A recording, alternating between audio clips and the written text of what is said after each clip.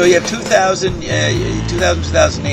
You have a fake recovery in 2003 and 2004 because there's a war going, and then you're allowed to spend excessively and not worry about the debt because you're at war, so you can spend money. You know, you can, even though there's no money. And you can drop the unemployment by getting people to come into the army and the military, people who are so that runs its course, and the media coverage is a disaster, and then the digital reality that the Android meme is beginning to collapse is expressed by the fact no bank can trust another bank on their loans because it's got so fucking complicated. What they call subprime mortgages and that. Yeah. It was so common, nobody knew what the accounting was. And they put up with it like from 2003 to 2008, and then somewhere in there, it was started with Bear Stearns in 2007, they decided, I don't understand my books, I don't know what he's doing, I'm stopping. Now, Ion says the public demanded the flow of credit. What? Stopping the flow of credit. Not money, that's long gone. Right. The credit stops. McLuhan did a tetrad of money, and it flips into credit. And that creates an economy by prestige by use. You got credit, you can be in a place like this. That's 75 to 2,000. Yep. But then when credit dies, there's no bond for anything. And so everybody is froze. And there was no money, no movement for a couple of years. And that was 2009. Right. That's it. Yeah. And then Ion shows up March 2009, and we start the new economy in a weird way that we're doing it. Ion is, he's like, runs Wall Street, and if he doesn't like what they're doing, he'll crash the thing for a day or two, drop it 1,000 points, and then bring it back up, and that might frighten some people away or whatever. He cheats, I don't know. He's manipulating the digital environment, the after image of it. Did you ever ask quietly? And we know this on tape, and you fuckers listening, yeah, it's fucking unbelievable, and it's not true, but you mark my words, it's best fiction going. It's not true. Disclaimer, spellbound. By the fiction. And the mom's like, it's not true. September 7th, 2014. Okay, so you have to understand, like I predicted that the Android meme would end in 1990, and you'd have the after image. So in the mid-90s, I see the internet spreading, so when it spreads, it works, and it's obsolete. It's not the ground anymore. So the ground was Bob and Connie and the Adam and Eve. That's what the person I would say. And I call it the Anthropomorphic Physical, which is our being that media extend. What are you? Ultimately, with Ion or anybody, you don't know what you are. Are you a voice or something? Whatever the deepest part of you that you can't put your finger on. That's the Anthropomorphic Physical. And you think you're a human, but you could be a snake if you wanted to. So, but we used to identify with where we were born. Yeah. And then the Evergreens did say you would start to identify with where you live. Oh, what are you, Bob? I'm a Hawaiian. Yeah. So where are you going with this? What are we going to identify with? Well, the next phase was what do you do? By the by the 60s, your job, your role was your identity. What do you do? That's what you meet someone. What do you do? Sure. You know, that's right. Gotcha. I'm an entrepreneur. Now nobody asks what anybody does because they're all fucking competing. They're all spies on each other in information capitalism. You don't discuss what you do. You complain about Bush or Obamacare. You make public issues as the big currency. Or you default to Republican or. Yeah, I'm a Republican and I don't discuss it. That's right. I'm a Republican, proud of it. You know? Or Baptist or a Muslim. I'm an anarchist and proud of it. You know, Peter Lamborn Wilson. I go to their seminars. That's right. All the time. I fucking went to everybody, the whole spectrum, and yelled McLuhan shit at them. You know what I mean? I was talking about that with food last night. Who knows about that? Well, that would be good. So what do you do for a living? Well, I'm a Democrat. Well, yeah, that's right. What do you do?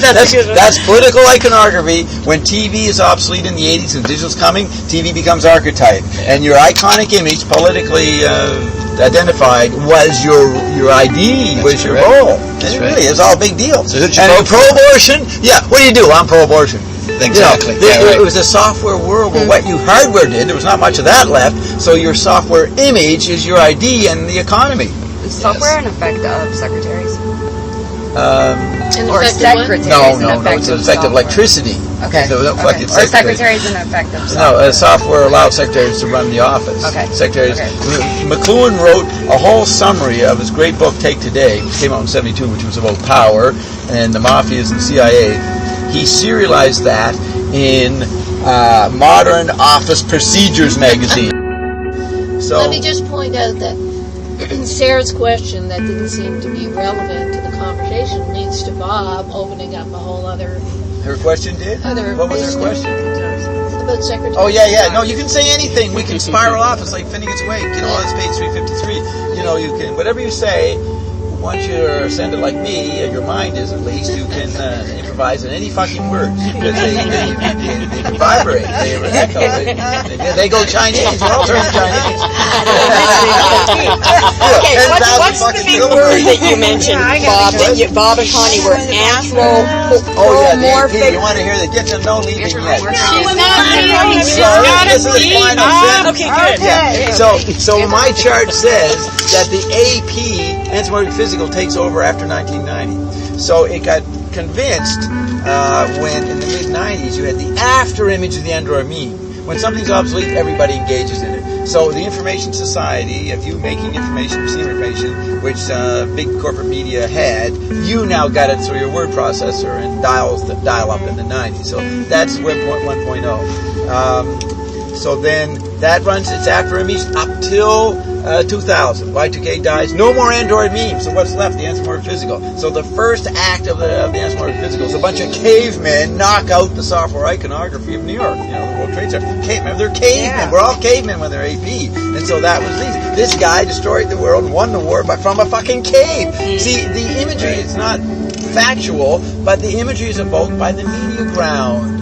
You can only think in terms of cavemen. Bush was a caveman president. He just grunted and didn't acknowledge any information. He was a and he was up against other caveman guys like Saddam Hussein. So it's all caveman. That's AP. And I called it in my essays, and Kigi's pretty good on mapping this. He followed it. The old AP is what you saw from 2008. The old reality.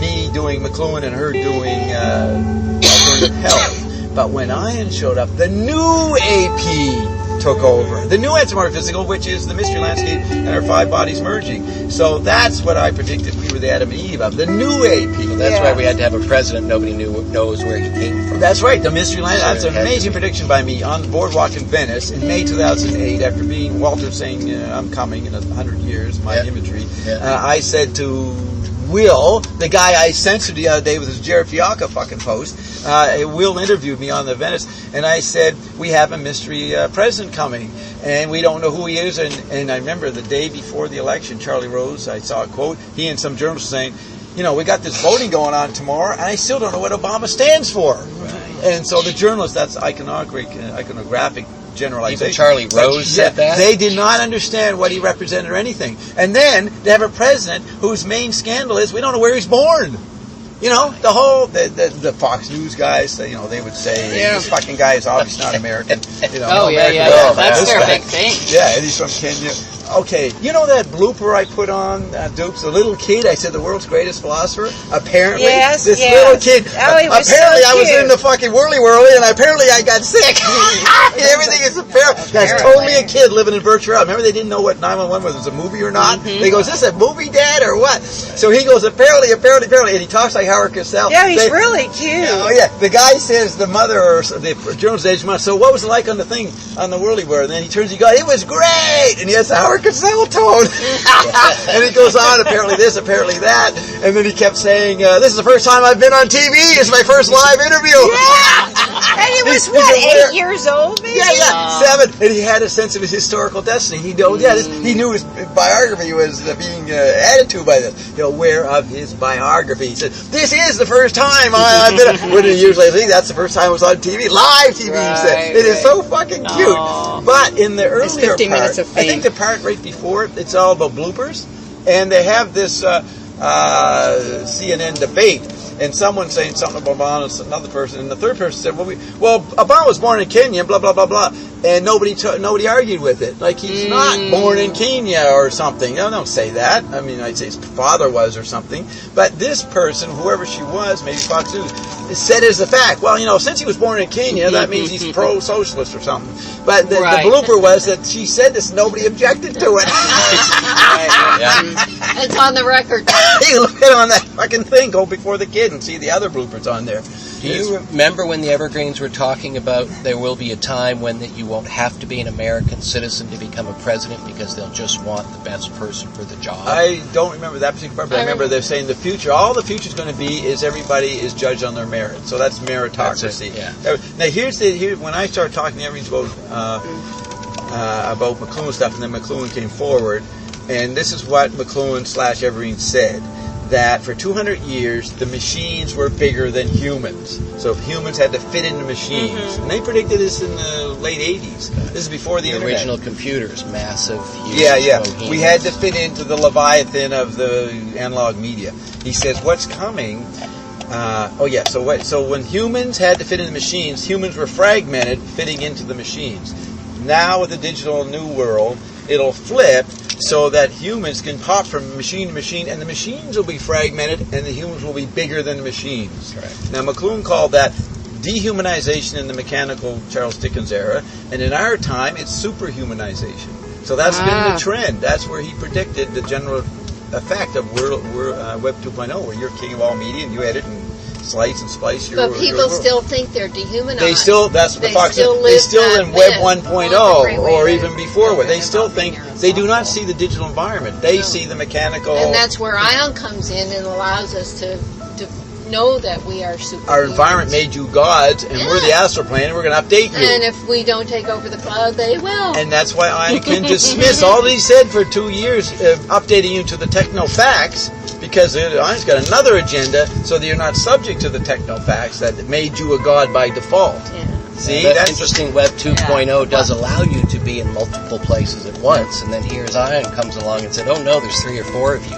That's right. Which reinforces. He stretches the definitions with the AP of the Anthropomorphic Physical. Anthropomorphic is that putting human characteristics of Yeah, you think that everything is based on you, but if you start to have the ability to be a snake or a horse or another form, then what is your core form? It's not the human form. It can be if you choose it, but it's up and grabs what your core form was. And since we never had a beginning, we don't know which form was first, and there was no first, so all forms are equally candidate of a beginning.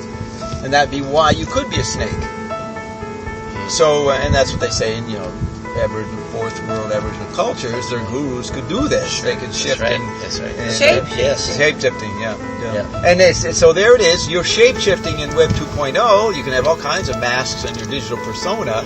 So you're technically already a shapeshifter beyond the Aboriginal, but the Aboriginal becomes a retreat fantasy or an image that resonates with the actual shapeshifting you're doing with your multiple bodies. And FaceTime, when you're FaceTiming, you are shapeshifting. So it's not a chemical body experience. No. That's the shapeshifting is a chip body reality. Yeah. And you can control it. Everything Ian said for 2 years before he left